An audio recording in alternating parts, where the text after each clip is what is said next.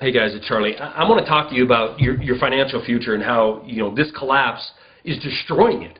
How your financial future is being robbed from you, and how it's being taken from you. And you have a government, a so-called representative government, and you have a mainstream media that are not only making it possible, they're writing legislation to guarantee it. In the case of the mainstream media, you have them basically telling you over the last 3 years, all this has been done for your own good. And in fact, you probably remember this article coming out, Daniel Gross in Newsweek, when he talks about America being back. That was written in April 2010. Well, let's look what happened for Daniel Gross to write this article. What had to take place for America to be back in Daniel Gross's eyes in that Newsweek article?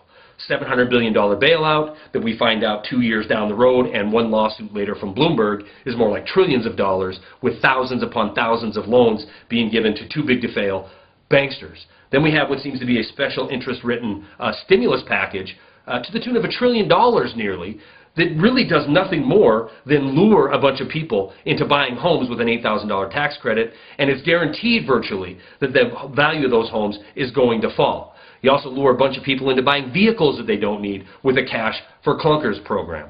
Well, when the realization of this America is back starts to fade, and the economy does what it wants to do, which is try to find some kind of equilibrium and let assets fall, instead of letting nature take its course in a once free market economy, we have Ben Bernanke going out in front of cameras in Jackson Hole saying he's got the silver bullet.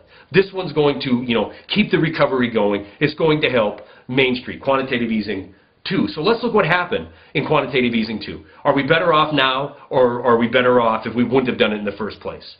According to QE2, they've created 700,000 jobs. That's how many's been created since it's been in force. That's a cost of $850,000 per job. And if we look deeper into this jobs number, we find out that that's even a scam. The column of unemployment has went down by 600,000. The column of fully employed has went up 700,000. We've shifted 600,000 from one column to another. More smoke and mirrors, more fancy accounting tricks to make their efforts look good.